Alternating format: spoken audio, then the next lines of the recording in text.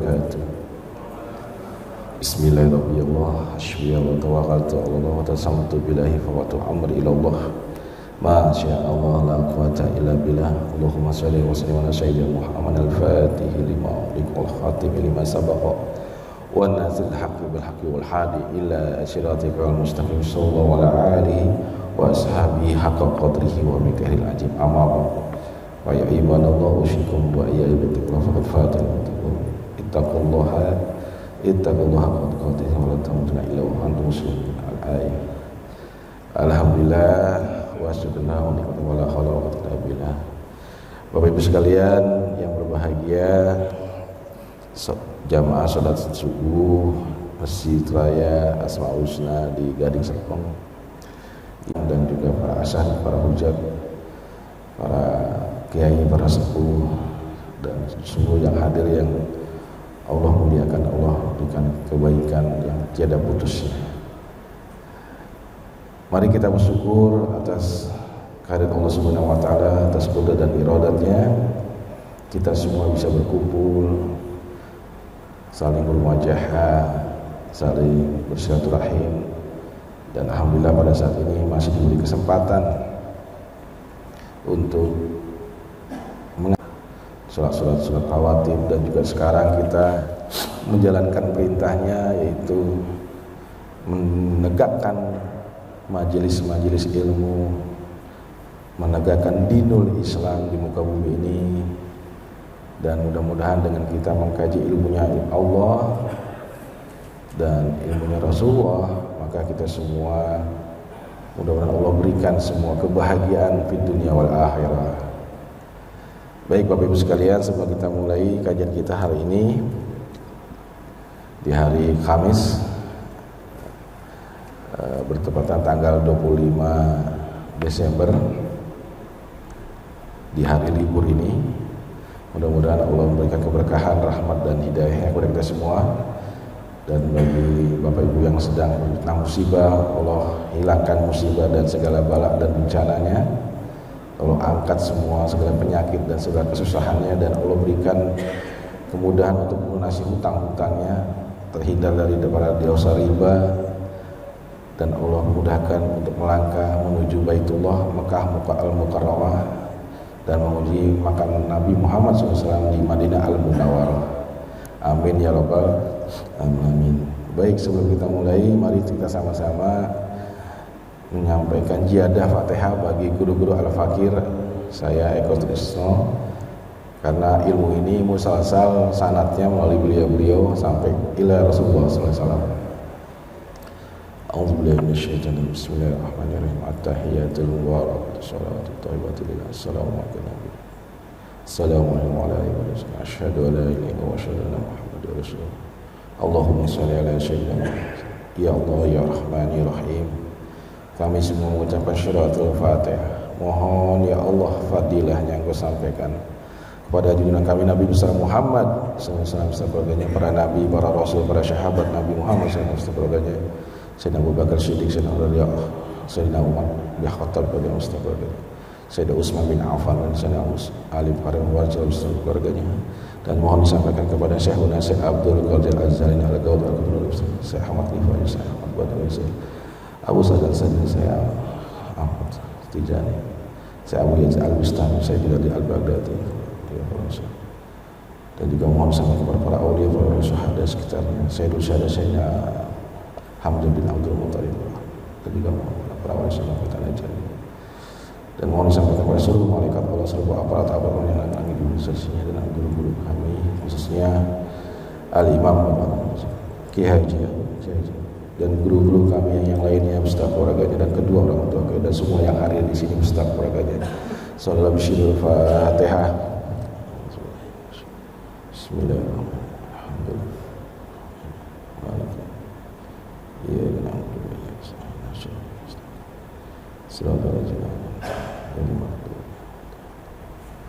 baik, terima kasih Bapak Ibu. Izin Al-Fakir akan menyampaikan kajian yang mungkin kemana sudah bulan lalu ya kita sudah bahas, bahkan setiap rutin di insya Allah di Jumat malam ya kita membahas tentang ini. Kali ini kita lebih, kalau kemarin kita menyampaikan tentang ma'rifatullah, tentang bagaimana pentingnya ma'rifatullah. Bapak Ibu sekalian, penting nggak kita ma'rifatullah atau mengenal Allah? Penting ya. Kenapa penting?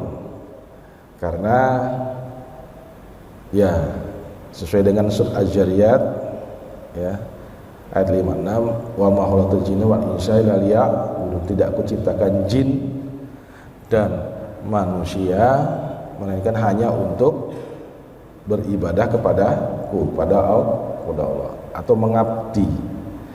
Nah, untuk mengabdi itu ya kita harus kenal apa yang kita sembah, yang kita abdi, gitu ya. Kalau kita nggak kenal, bagaimana kita bisa nyambung ketika kita mengabdi? Seperti kita bekerja, tentu kita kenal Tuhan kita siapa, bos kita siapa, gitu. Nah, pertanyaan sekarang, kira-kira dari Bapak Ibu ini pengen nggak mengenal Allah? Ya, tentu. Ternyata memang dari Allahnya sendiri pun sama dalam diskusi Allah nyampaikan bahwa sungguhnya Allah itu sengaja menciptakan semesta ini, termasuk Kanjeng Nabi Muhammad SAW, adalah untuk dikenal. Jadi termasuk khususnya manusia. Jadi Allah menciptakan manusia untuk dikenal, dia sebagai Tuhan, sebagai Rob. Nah,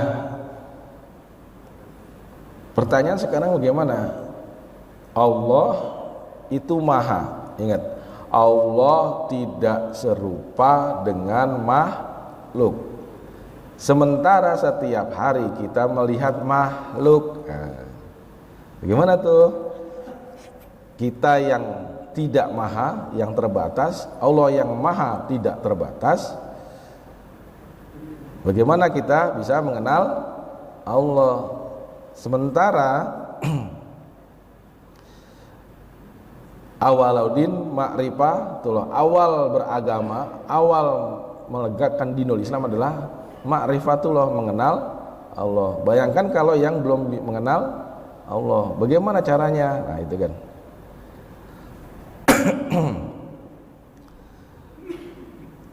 Sementara kita tiap hari 1 kali 24 jam, dari bangun tidur lagi, yang kita lihat makhluk.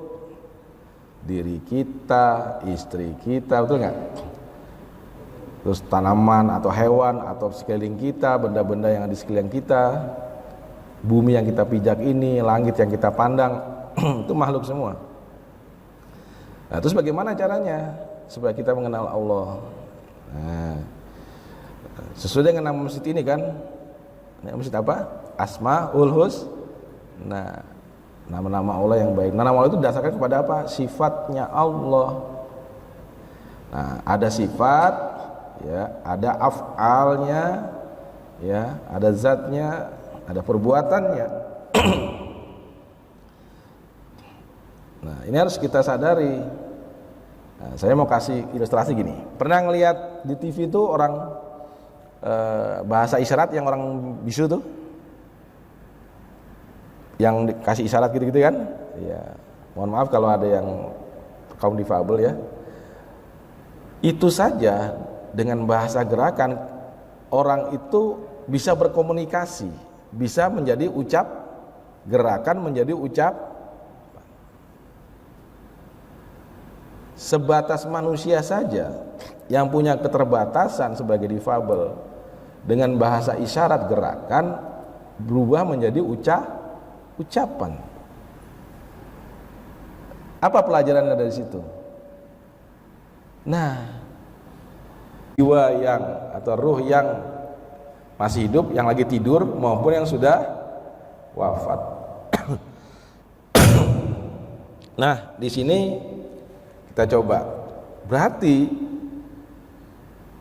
seharusnya kalau kita cuma mengenal dari pengetahuan tentang Allah, itu baru sekedar tahu.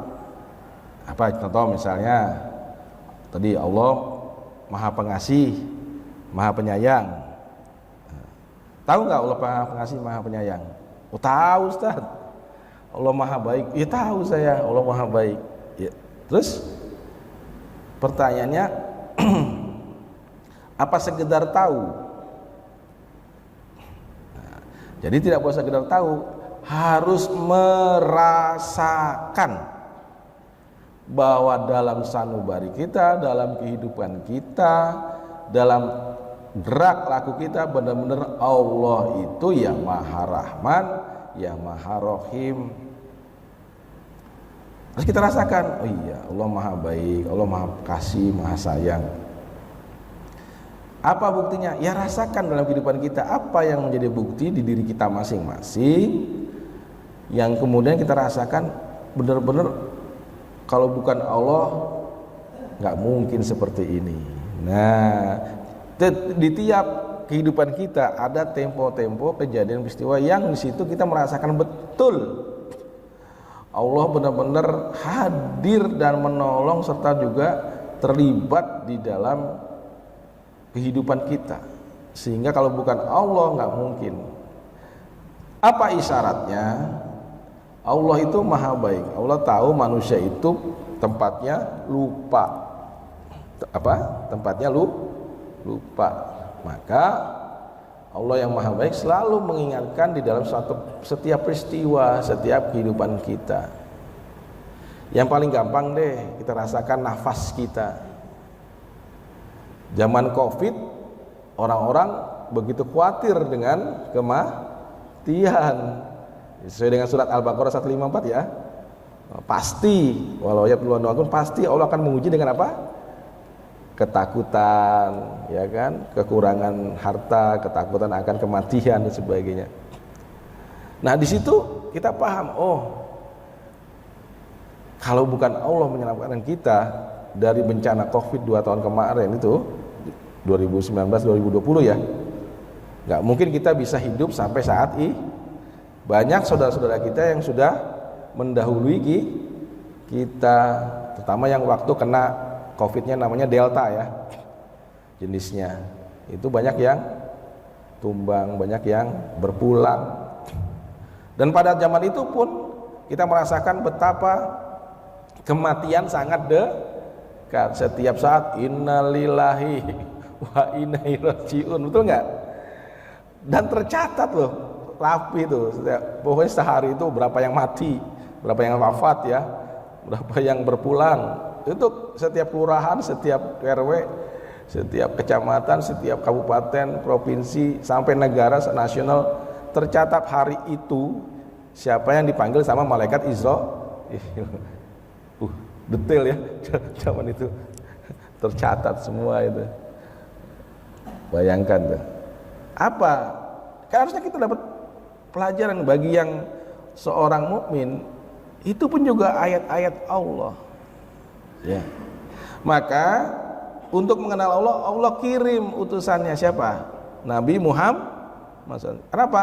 Allah yang maha ingin dikenal oleh makhluknya, sementara Allah tidak serupa dengan makhluk. Maka diutuslah Nabi Muhammad dan sebagai contoh. Nah, nggak bisa ke Allah tanpa melalui Rasulullah nih. Jangan gaya-gaya, kita langsung ke Allah. Terus gaya. Enggak. Karena hanya Rasulullah yang membimbing kita menuju mengenal Allah. Nah, itu nggak bisa kita main gaya. Saya bisa sendiri, nggak ada. Siapa kamu, siapa kita? Kita itu makhluk terbatas. Bagaimana kita bisa menjangkau yang tidak terbatas? Jauh. Jangankan Allah, kita semua, jenengan saya, bisa nggak menjangkau Presiden Amerika di sana, Trump, yang di Amerika sana, atau Putin misalnya, yang cuma makhluk sama-sama makhluk nih, ya nggak bisa juga. Ada kekuasaan, ada wilayahnya sendiri-sendiri. Nah, itu baru sekedar manusia. Nah, ya itu artinya kita menyadari siapa diri kita. Maka siapa yang mengenal dirinya, maka dia akan mengenal Allah. Gitu. Kok bisa Pak mengenal dirinya, kok mengenal Allah? Iya. Itu langkah pertama. Apa? Ya kita merasakan. Ini kan ada asma husna banyak nih. Sebenarnya sifat Allah tidak terbatas. Cuman yang kita kenal 99 itu. Coba mulai dari misalnya Rahman dan Rahim. Dan Allah itu sendiri.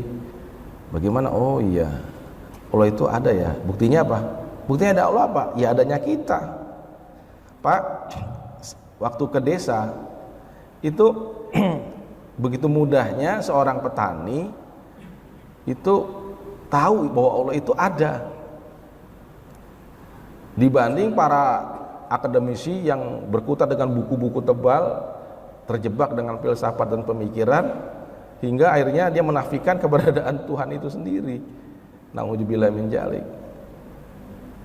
Di desa, Pak, saya tanya, bapak-bapak kenal dengan Allah? Wah, saya dia langsung, gimana sampai Ustaz?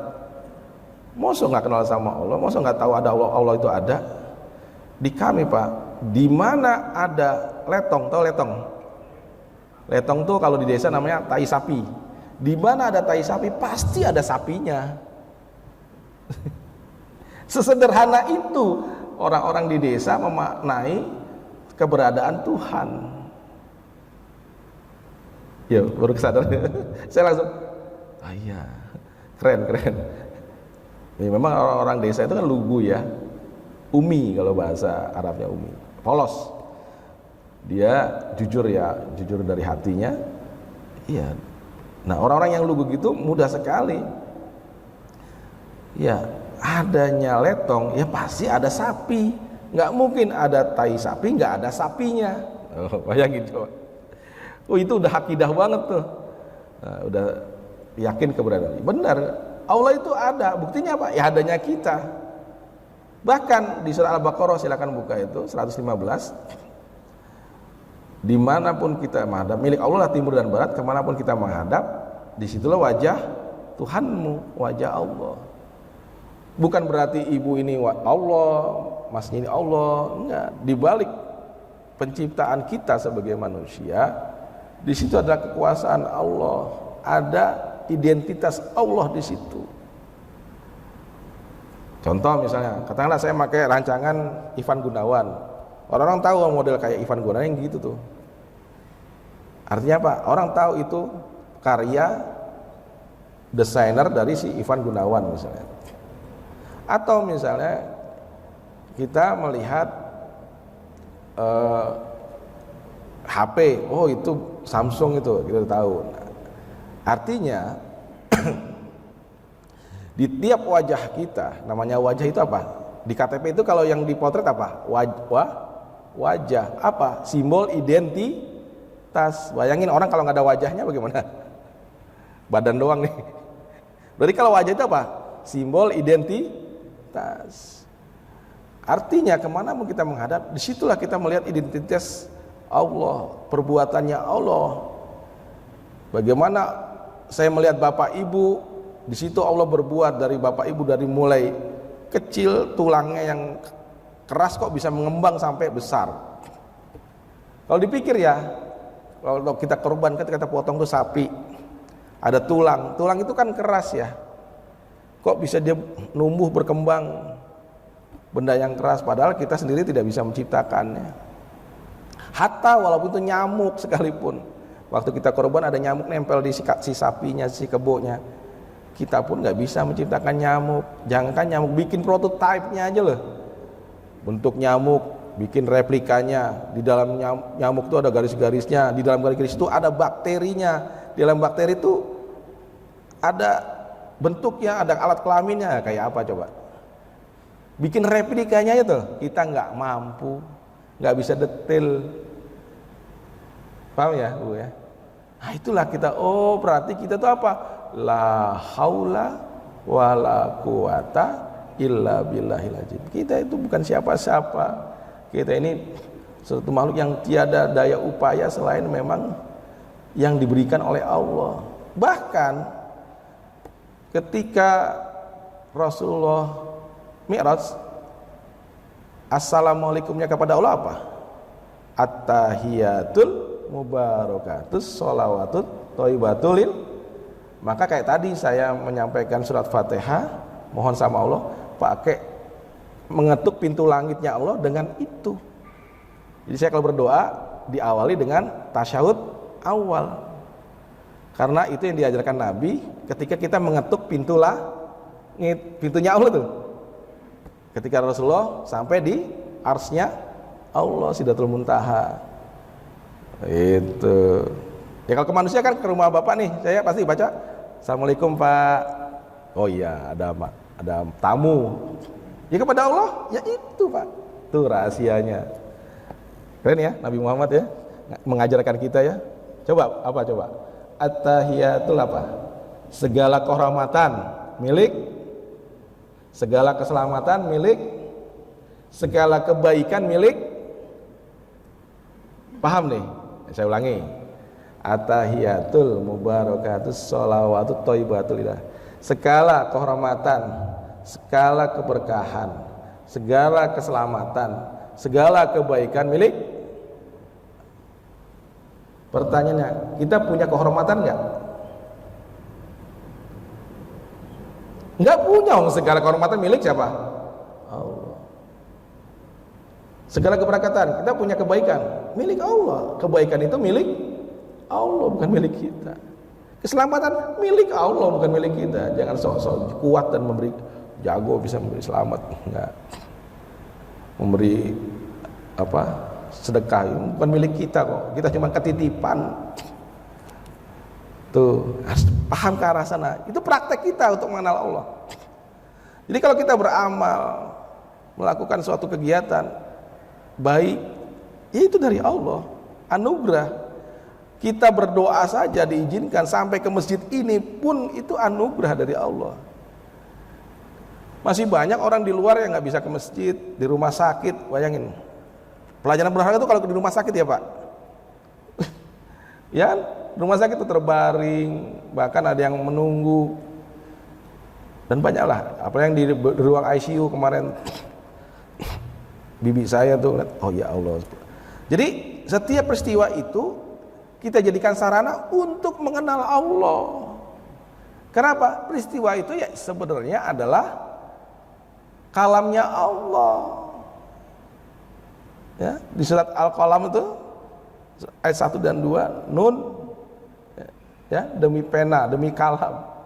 Yang dengan itu ditulis semua kejadian.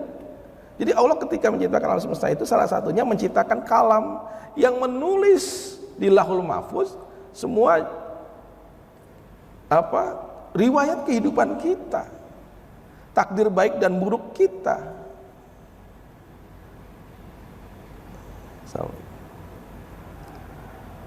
Nah, ini ilmunya di sini. Maka kalau kita mengalami suatu peristiwa baik dan buruk, jangan ngeluh. Karena apa? Itu dari Allah. Kenapa? Pasti baik kalau Allah. Dengan itu kita jadikan sarana untuk mendekat sama Allah, mengenal Allah. Gitu. Oke. Ustadz, gimana tolak ukurnya saya udah ke arah mengenal Allah? Nggak usah tanya temennya, nggak usah tanya kanan kiri, ibu nggak usah tanya bapaknya nggak usah tanya ibu. Nah, saya kasih ilustrasi. Nah, anggap ini cahaya ini adalah sumber panas. Saya posisinya di sini. Kalau saya mendekati cahaya, mendekati sumber panas, itu semakin lama semakin terasa panas atau semakin dingin? Ayo tanya, Bu, gimana Bu? Semakin panas atau semakin dingin? Saya mendekati sumber panas, semakin lama semakin panas atau dingin? Panas. Apa Pak? Panas. Oke. Jadi kalau saya mendekati ini anggapnya tengah-tengah, semakin saking merasakan rasa panas. Kalau saya nggak ngerasain apa-apa, panas kagak, dingin kagak, berarti perjalanan saya lurus ke depan atau muter dengan jarak yang sama? Muter. Banyakan kita seperti itu, muter aja. Hidupnya muter aja di situ. Dikasih kejadian enak, ya nggak bersyukur. Dikasih kejadian kurang bersyukur, kurang bersyukur. Contoh dapat nih, misalnya teman-teman Grab, aduh cuma dapat segini nih, belum nutup bensin sama setoran nih atau cicilan.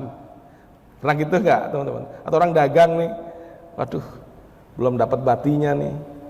Orang yang bekerja, aduh dapat tetapi dia nggak, kurang bersyukur. Atau dia ditimpa suatu kesusahan, aduh gimana ya, waduh udah waduh tapi jadi harus itu dijadikan sarana untuk mengenal Allah. Ya itu makanya muter-muter aja, dingin kagak, panas kagak. Nah kalau semakin dingin, kira-kira semakin menjauh atau makin mendekat? Semakin dia mendingin, semakin menjauh. Allah Zat yang maha kuasa, maha rahman dan rahim, dan seterusnya. Kalau kita mendekat sama Allah, mau mengenal Allah, semakin merasakan sifat Allah itu hadir dan terasa dalam hidup kita. Kalau cuma dingin-dingin aja tidak merasakan itu, hati-hati, jangan-jangan Bapak menjauh, apalagi sampai menentang Allah. Na'udzubillah min jalik. Sering saya katakan di dalam majelis ini, orang yang ke arah sana tuh biasanya apa tuh ciri-cirinya? Summum bukmun umyum fahum layar ciun. Summum bukmun umyum, udah budak, buta, budek, picek, hatinya mati. Itu apa? Nar, udah pasti tuh, udah pasti ahlun nar. Sehingga dia mengcover, menutup hatinya. Di kafir itu aslinya apa? Menutup diri dari kebenaran. Apakah berlaku untuk non muslim? Tidak hanya non muslim, sesama muslim pun kadang-kadang menutup kebenaran. Wah enggak, itu enggak ada diajarkan Rasul. Bukan enggak ada diajarkan Rasul, kamu belajarnya kurang jauh. Baru sebatas syariat, baru sebatas Islam, padahal dinul Islam berdiri atas 3, yaitu pertama dinul Islam itu berdiri atas tauhid, akidah Islam itu sendiri, dan ihsan. Iman, Islam, ihsan. Iman itu ilmu-ilmu tauhid, dasar-dasar keyakinan. Islam nanti akan muncul syariat, muamalah dan sebagainya yang nampak. Ihsan mesinnya yang menggerakkan lahir supaya menjalankan syariat dengan benar. Terus prakteknya gimana? Contohnya Rasul. Contohnya Rasul nggak ada, sahabat nggak ada, tabiin nggak ada, tabiin. Terus guru-guru kita, para ulama yang bersanad, yang nyambung ke Rasulullah. Hati-hati, zaman AI banyak orang belajar agama lewat AI, sanad fi Google atau sanad fi AI. Hati-hati, terputus. Nah itu penting.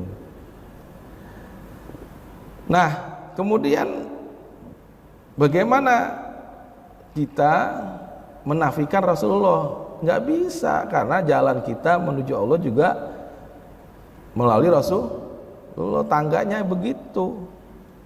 Maka bagi ulama-ulama, bagi orang-orang yang mengenal Rasulullah, ma'rifatul Rasul, ya tentu mestinya kalau dalam hidup ya ketemu Rasul dalam hidup, atau paling minimal kalau di akhir zaman kita mimpi ketemu Rasulullah. Kenapa mimpi ketemu Rasul itu benar?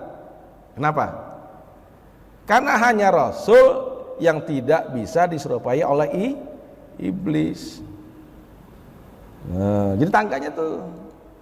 Jadi sebelum sampai kepada ma'rifatullah, ridha Allah, maka Rasul dulu nih. Nah, sebelumnya siapa? Guru kita.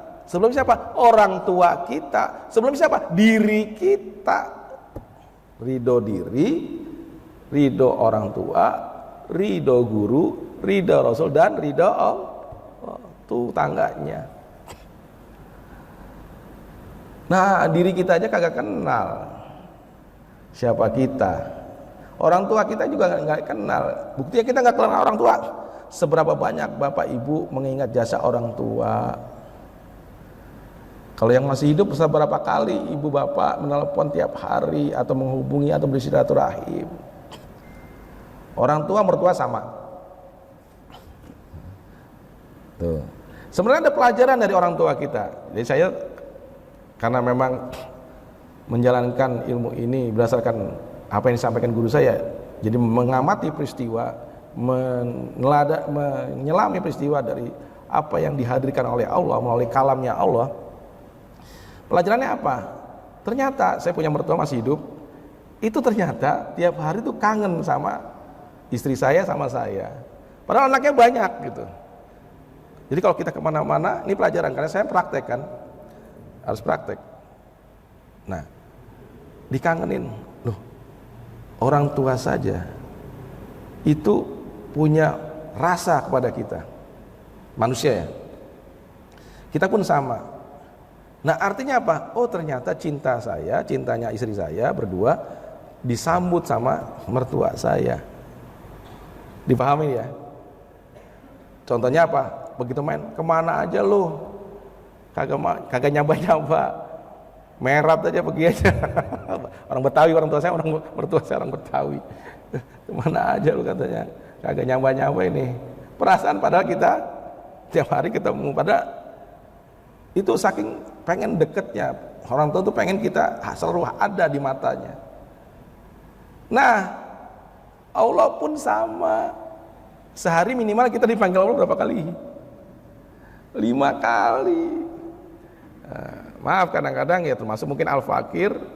Saya masih belajar juga Bapak Ibu. Pas ajan, kita pas meetingnya bahas proyek gede. Kira-kira gimana itu? Gimana tuh? Hayalah sholat. Waduh, kok waduh? Ini Allah manggil nih. Panggilan kasih sayang. Sini hamba-hambaku, datang kepadaku. Udah tinggalin dunia, sini ke aku.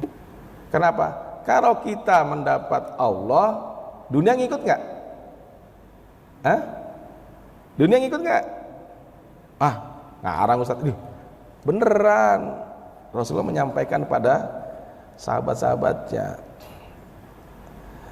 Nah, barang siapa yang ajamnya, hasrat, keinginan, pikiran, hatinya dan perbuatannya, hasratnya, azamnya hanya untuk Allah, kepada Allah, maka apa kata Allah? Janjinya, Allah kayakan dirinya, Allah kayakan hatinya, merasa cukup. Orang kaya itu bukan banyak harta. Orang kaya itu dia cukup. Kalau orang kaya masih kurang, berarti masih miskin. Orang miskin itu kekurangan. Kalau dia merasa kurang, berarti merasa pasti masih miskin. Tuh, dimensi miskin tuh dia merasa masih kekurangan. Hati-hati Pak. Kenapa? Karena definisi miskin adalah dia merasa kurang, bukan dia nggak punya harta. Nah, maka orang yang kaya memanfaatkan apa yang diberikan Allah, sarana itu menjadi sarana untuk mengenal Allah, untuk mendekat sama Allah. Oke, hakikat harta itu apa sih? Oh, ternyata Allah Maha Pemberi rezeki. Ya Rozak, Asmaul Husna di belakang nih. Ya Rozak.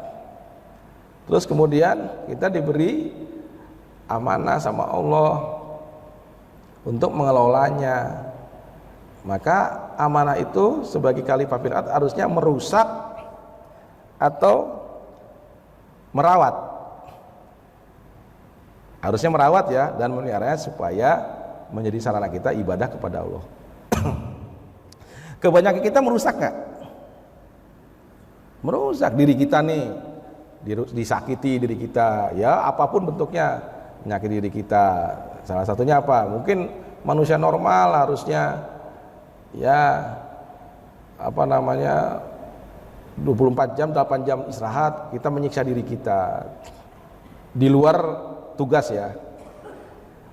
Atau mungkin kita jolim kepada diri kita. Udah tahu, maka di dunia ini ada namanya hukum sunatullah Bapak Ibu. Hukum sunatullah. Dari situ kita paham. Apa hukum sunatullah? Ketentuan Allah yang ditetapkan dalam suatu makhluk. Contoh, yang namanya api panas atau dingin. Hukum sunatullahnya api panas. Es dingin atau panas? Dingin. Itu hukum sunatullah. Nih, benda jatuh ke atas atau ke bawah? Hah? Nah, saya ulang ya, jatuh nih. Ke bawah nggak? Pertanyaan saya, jatuhnya itu langsung atau slow motion? Dek, dek, dek, dek. Hah? Hah? Langsung. Hati-hati. Hukum sunatullah itu bisa langsung. Siapa yang berbuat kerusakan, siapa yang melakukan suatu perbuatan yang melawan Allah, langsung. Ustaz, itu ada yang orang jolim segala macam. Kok gak mati-mati, kok gak disiksa-siksa? Ya kita nggak tahu, kan dia yang merasakan. Hidup kan masing-masing nih yang merasakan kehidupan. Bisa jadi kita bahagia, dia kagak bahagia. Terbayang dosa-dosanya, terbayang segala kemaksiatannya, terbayang segala kesalahannya. Jadi gimana Ustaz? Yang paling baik adalah ayo mulai sekarang kita perhatikan kehidupan kita sesuai dengan tadi surat Al-Qalam tadi. Kenapa? Dari situlah Allah mengajarkan kita. Mengajarkan apa? Sesuatu yang kita belum tahu. Surat Al-A'la. Ya. Kan bentar lagi puasa nih, kita sering nuzul Quran tuh.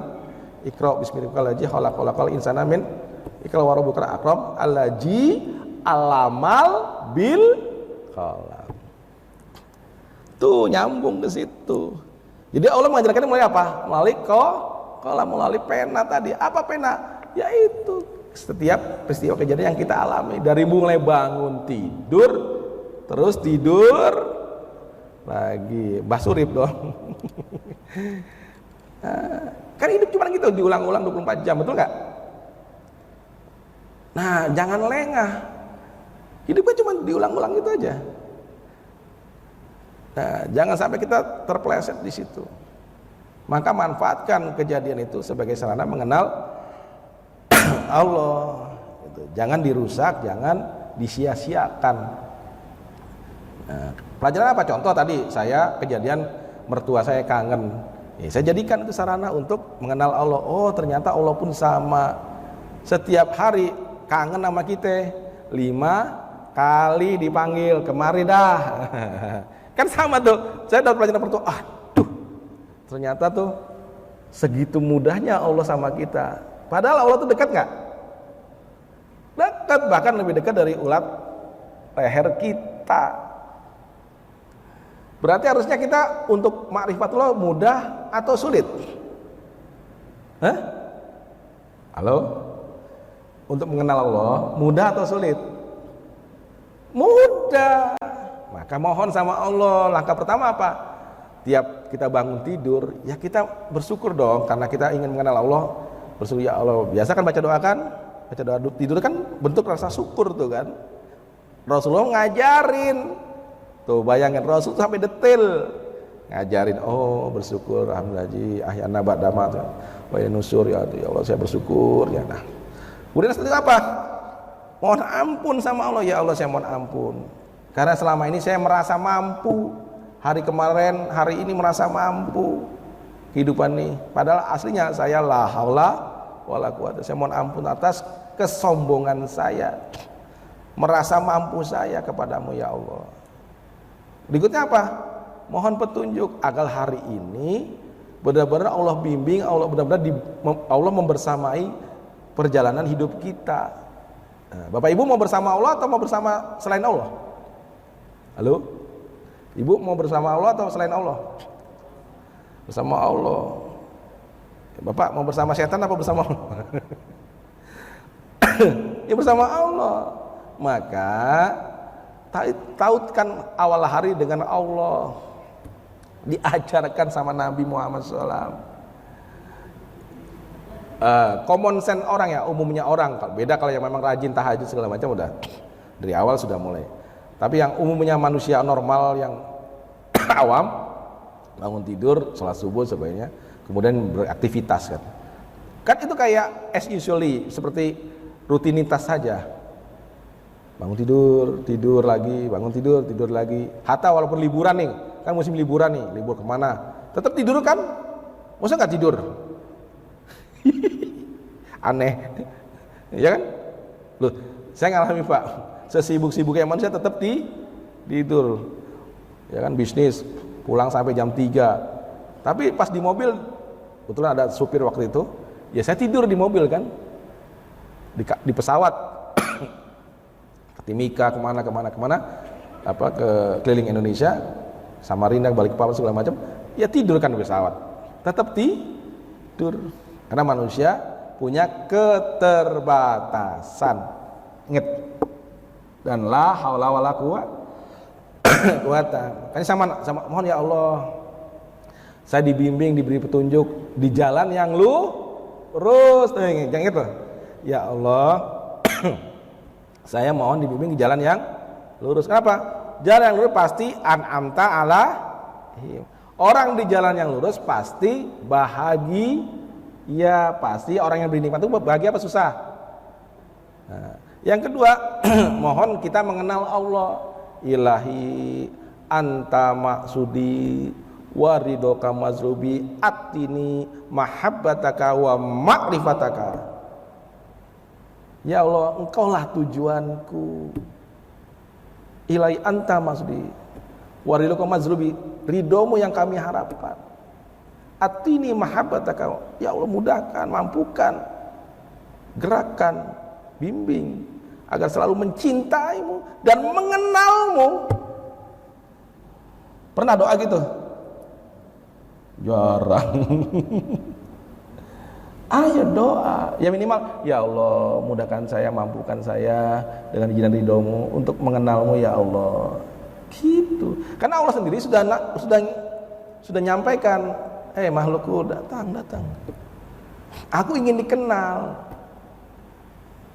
Nah, maka ada pepatah, tak kenal maka tak sayang. Kalau kita udah kenal, timbul rasa apa? Mahabbah, cinta, hub. Kalau udah cinta apa? Akrab. Kalau udah akrab, tahu sama tahu. Enak nggak kalau gitu? Itu Pak. Kalau udah tahu sama Allah, hidup ini serasa seperti indah. Itu nggak ada la khaufun alaihim walahum yahzanun. Surat Yunus tuh, ayat 62. Oke, saya buka pertanyaan, silakan. Yang mau bertanya, monggo. Silakan Pak. Mungkin dibantu Ustaz Rifki.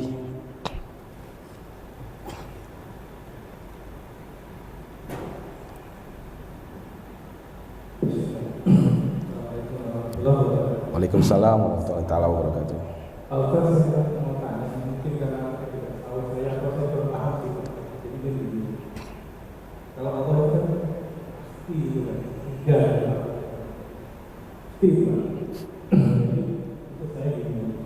karena kita misalnya gini, ini misalnya ada banyak sesuatu kita ketemu orang itu kita harus korban.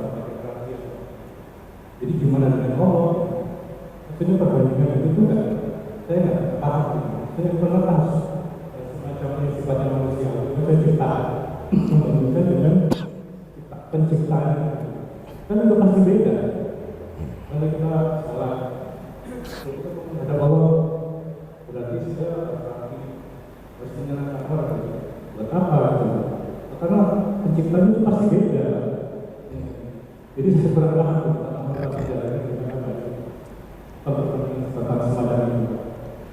Baik. lagi? Satu dulu atau gimana? Saya jawab langsung ya. Ada lagi? Oke, sebentar ya, nyusul ya. Terima kasih, pertanyaannya bagus. Kan saya bilang tadi, Allah menciptakan siapa? Nabi Muhammad SAW sebagai contoh. Nabi Muhammad SAW zaman itu, bayangin, Bapak kebayang nggak zaman jahiliyah di Saudi yang gersang?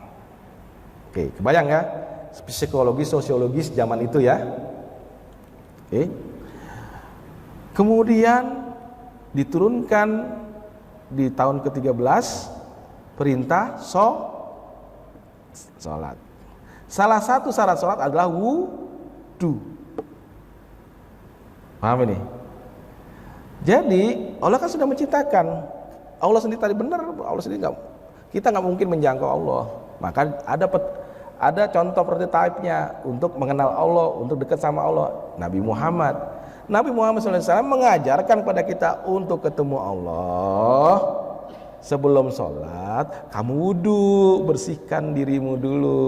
Bahkan para sahabat tuh rata-rata mandi, Ustaz. Hampir rata-rata sebelum sholat tuh mandi banyak rata-rata. Hampir semua sahabat tuh mandi dulu. Tapi kebayang nggak? Di sana susah air, tapi harus wudhu. Sampai akhirnya muncul perintah pengganti wudhu apa? Sementara tayamum. Nah, kalau dengan cara berpikirnya Bapak, pertanyaan saya itu pendekatannya manusiawi atau kepada Robnya? Itu bukan berarti menyamakan Allah dengan makhluknya. Jadi Rasul sendiri mengajarkan bagaimana kita adab kepada Allah. Mau ketemu Allah ya kamu bersih-bersih. Mirip nggak Pak? Nah, terus kira-kira telanjang nggak? Loh zaman dulu Pak, di Ka'bah itu mereka telanjang tawaf.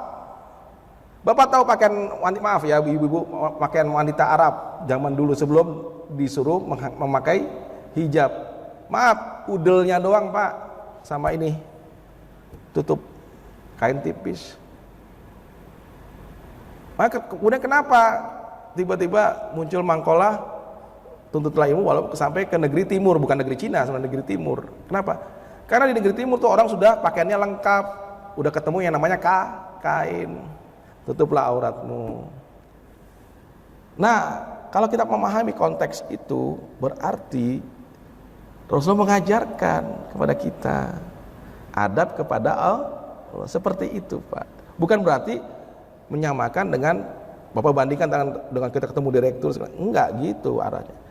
Kita namanya dalam bahasa ilmu itu mengkiaskan, mendekatkan pemahaman kita kepada pemahaman manusia. Rasul juga begitu, mendekatkan pemahaman ilahiyah kepada manusia. Ya, terus ditambah lagi, dikasih bayangan, kira-kira kalau ada orang mandi sehari 5 kali, bersih nggak? Ya bersih, nggak ada dakinya. Itulah, sampai seperti itu Rasulullah memotivasi supaya, Bapak kebayang nggak, orang nggak pernah di situ, nggak ada sungai, nggak ada sumber air yang ajak gitu ya, seperti di kita yang berlimpah. Terus disuruh wudhu pakai air gitu, bayangin. Mandi junub, bayangin. Kita kan tiap hari dibaptis tuh mandi. Kalau orang Kristen kan pertamanya dibaptis dia, dicelepin itu. Islam lebih sempurna, lebih canggih gitu. Kita bertaubatnya setiap kita mau menghadap Allah, kita bersih-bersih. Tidak sekedar wudhu Pak, diajarkan sama Rasulullah, ini yang wajib, ini yang sunnah. Tetapi semuanya itu rangkaian, karena saling berhubungan. Apa? Hal-hal yang menyebabkan kamu kentut, hal-hal yang menyebabkan kamu nafsu dengan istrimu, itu terlibat semua, maka dibersihkan. Mungkin tangan kita pernah nabok orang atau pernah menyakiti dalam mengencari rezeki. Mungkin mata kita pernah melototin orang atau mungkin melihat sesuatu yang tidak jelas. Mungkin mulut kita pernah berdusta atau menyakiti tetangga kita atau orang kita. Di situ, Pak. Jadi pendekatannya manusia banget gitu. Karena memang kita manusia, makhluk. Jadi pelajarannya dari situ apa? Ya udah, semua hal yang kita lihat yang diajarkan Rasulullah menjadi sarana kita mengenal Allah. Karena kalau itu tidak Allah izinkan terjadi, bisa nggak terjadi, Pak? Misalnya, setiap kejadian di muka bumi, setiap makhluk di muka bumi ini, Allah tidak izinkan wujud, tidak diizinkan sama Allah untuk bergerak melakukan suatu peristiwa, bisa terjadi? Tidak, Pak. Contoh, ketika Rasulullah di Taif, itu ada satu penduduk Taif mau mendorong batu untuk ditimpakan ke Rasulullah. Secara hukum sunatullah, yang namanya benda di atas harusnya jatuh ke bawah. Tetapi Allah kan tahu ini kekasihnya Allah. Malaikat Jibril tahan tuh. Logikanya batu, Bapak Ibu nanti Bapak Ibu ke Taif, lihat tuh batu itu. Posisinya miring gini, Pak. Secara logik, ilmu fisika, jatuh itu Pak harusnya. Tapi kan nggak jatuh. Nabi Ibrahim secara sunatullah, api ketemu benda lunak, kebakar nggak kita? Kebakar. Tapi yang punya hukum siapa? Allah. Hukum sunnah. Kata Allah, api, jangan kamu membakar Nabi Ibrahim. Ya, iya samina wa atona, dia tunduk dia sama Allah. Karena yang menciptakan hukum ya Allah gitu. Nah, kenapa nggak kita ke situ tuh, Pak? Sehingga kita akhirnya semakin akrab sama Allah, semakin tahu, oh ternyata Allah tuh luar biasa. Ya, luar biasa Allah tuh. Pikir-pikir kita rasakan, ya Allah. Jadi kita rasakan, Pak, sifat-sifat itu wujud dalam keadaan. Jadi bukan kita yang menjangkau, bukan. Nanti Allah yang menjangkau kita, Pak. Allah akan mengenalkan dirinya, Eko, saya ini maha mematikan, maha menghidupkan. Eko, saya ini maha pemberi rezeki. Untuk membuktikan ar-rojak, Pak, saya ngalami jalani ini 8 bulan istri dan saya tidak menerima sepeser pun hak saya. Istri saya ASN tidak menerima gaji, saya tidak menerima hak saya juga. Akhirnya apa? Oh, saya harus belajar yang namanya Allah Huso. Saya harus buktikan bahwa yang namanya rezeki bukan dari institusi, bukan dari instansi. Kalau enggak, kita syirik, Pak. Menganggap rezeki berasal dari situ. Padahal maha pemberi rezeki siapa? Allah Subhanahu. Dan Allah tuh bisa langsung, bisa. Tapi kan Allah ada sebab ya kan? Nah, disitulah saya dagang di pasar, Pak. Pasar Sipon dulu masih sepi. Sepi, Pak, belum ramai. Wah, ini ada apa saya digiring ke sini. Jadi kalau Allah kasih pembelajaran itu bukan sekedar membuktikan sifat ya, tetapi juga ternyata membawa rahmat. Oh, di situ ada musola, jadi kandang kambing, Pak. Oh, ternyata saya harus bersihkan musola. Banyak di situ pedagang melakukan perbuatan syirik, masang pengasihan, masang apa? Wafak, masang apa lagi tuh. Oh, ternyata tugas saya menyadarkan mereka. Loh, sampai sana saya dibully, Pak. Loh, Ustadz, yai, atau Bapak kan ngajar, Bapak kan dosen, Bapak ini, kok Bapak masih mau dagang aja nih?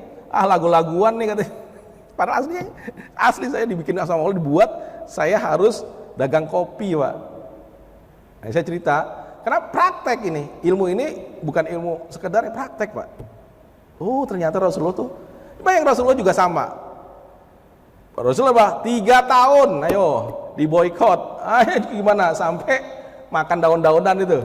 Kita kan cuma 8 bulan saya ngalami. Oh ya Allah, saya yakin ya. Benar-benar kita bergantung. Oh, saya buktikan ya Allah tuh Allahu Somad. Apa yang terjadi? Dagang pertama dapat 5.000, Bu.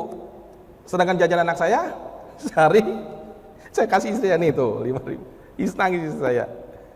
Enggak gini, enggak. Kita sedang dibina sama Allah nih. Kamu S2, saya kan bingung, orang nggak yakin, nggak mungkin, nggak mungkin dia susah kan gitu. Tapi ini pelajaran dari Allah. Oh, guru saya tenang, ini kamu kan sudah hijrah, udah ihdinas siratal mustaqim, pasti endingnya an'amta alaihim. Bener Pak, dahsyat Allah tuh, bener-bener Allah tuh, Allahu la ilaha illahul. Allah itu yang mengurus terus menerus kita, tidak pernah lelah dan tidak pernah merasakan. Jadi saya itu berdoa sama Allah, ya Allah, akhirnya saya sadari istri, anak saya dan diri saya pun, bahkan jamaah dan orang-orang yang bergantung sama saya itu milik Engkau, bukan milik saya.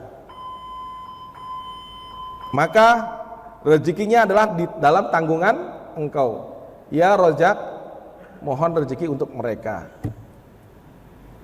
dan untuk kami semua. Jadi kita sampai dibuat bahasanya apa? Glosor ya. Sudah wis nyerah. La haula segitu Pak. Jadi praktek Pak. Jadi kami praktek. Oh iya, benar-benar Allah itu Allah Somad. Allah itu benar-benar Ar-Rojak. Bukan. Jadi Allah itu bisa saja tidak mesti lewat instansi, bisa lewat sini. Yang namanya di pasar Pak, di Dala kersane Gusti Allah, kan ada pertemuan penjual pembeli ya Pak. Ada bos jahitan beli kopi, cerita, curhat, lama-lama akhirnya kasih solusi. Lama, Ustadz, saya mau jual tanah nih. Nggak lama datang pembeli, ya kan? Ini bos kayu mau nyari gudang. Ustadz, kira-kira ada nggak jamaahnya yang punya lahan? Ya udah, tinggal di bukan ya, besok kesini aja Ustadz. Pak, nanti ada Ibu Ustazah tuh, Bu Haji tuh, biasa beli kopi buat tukang jahitnya. Datang ketemu, nah udah amprokin. Gampang bagi Allah tuh ya, semudah itu nggak? Kalau dipikir berapa sih hasil dari kopi, nggak mungkin. Tapi bagi Allah ada yang tidak, nggak mungkin, nggak yang tidak mungkin. Artinya Allah tuh mudah sekali gitu. Yang penting tawakal kita. Kan surat At-Taubah jelas.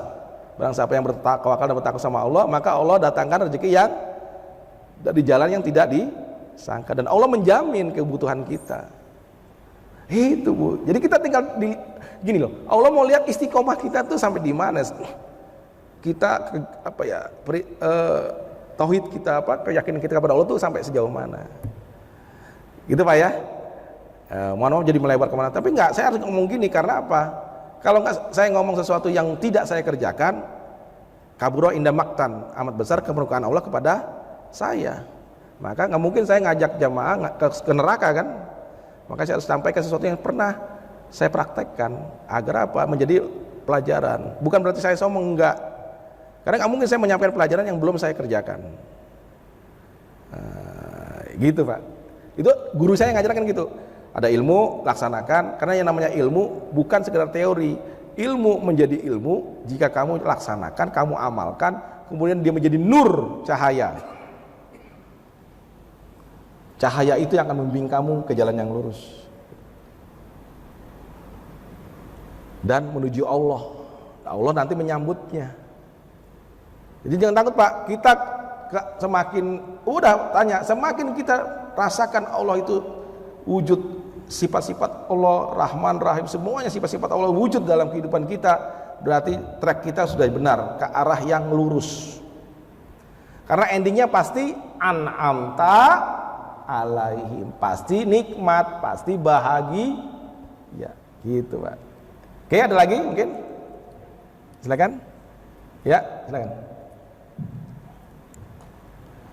Assalamualaikum Assalamualaikum warahmatullahi wabarakatuh. Mau bertanya untuk mendekat kepada Allah, salah satunya kan dengan sholat fardu.